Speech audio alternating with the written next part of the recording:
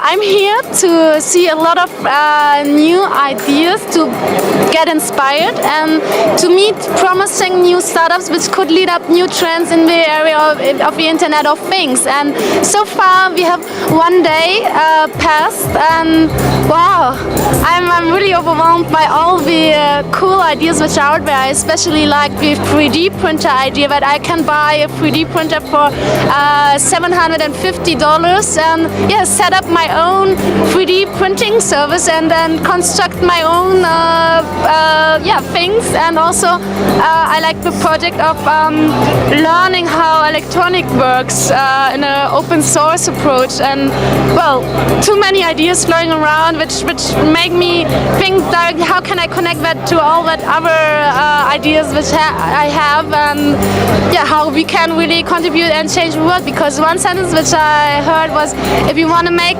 people changing the world, you have to start yourself by starting with changing yourself. Lift conference is really useful for anybody who is really interested in how the theme is of that year, like putting the hands on the future. Here you have so many real constructions or artworks, or however you want to call it. You can really practically see how the future will look like. And in the workshops the day before, I especially recommend that ones, because where you put yourself the hands on the future, you can experiment with RFID, you can build up things, and you can even contribute your own ideas and share them with other people. So I really strongly recommend the Lift conference for anybody who is interested in really getting the future done. The goal of Taibo Interview is really to cover the European startup scene and to promote the European startup scene, to come over the problem we have here in Europe, that we have at local frontiers with language barriers, and we want to help the startups to really become successful European-wide and worldwide, to promote their ideas, for putting something in how you say it in my English, to become at least as powerful as the Silicon Valley might be. So Europe has so much to offer, is so rich in ideas, that we really should unify our forces to make it big. I think in Germany there are not as many video bloggers as could be, because there are a lot of issues which should be covered.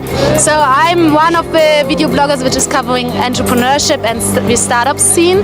And the people who are quite familiar with that, they feel comfortable to be interviewed and to promote their startups. So there's a lot of space for much more video bloggers to come up and join and contribute something to the video conversation. The audience of Tiburon is here, as it is a niche market, especially startups themselves, RVCs themselves, and are people who are interested in innovative ideas and to discover what kind of new ideas are floating around. So I don't have numbers, how much numbers there are, but it's an audience which is spread European-wide, but through our analytical systems, through our Google Analytics, we see that the audience who is watching the videos comes from all around the world. So there are people from the US, of course, but also from Asia and from the Arabic countries are watching the videos.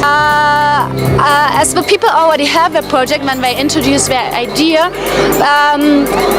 so the project is already running, but what we learned is that it helped, that the interview helped to get the word spread.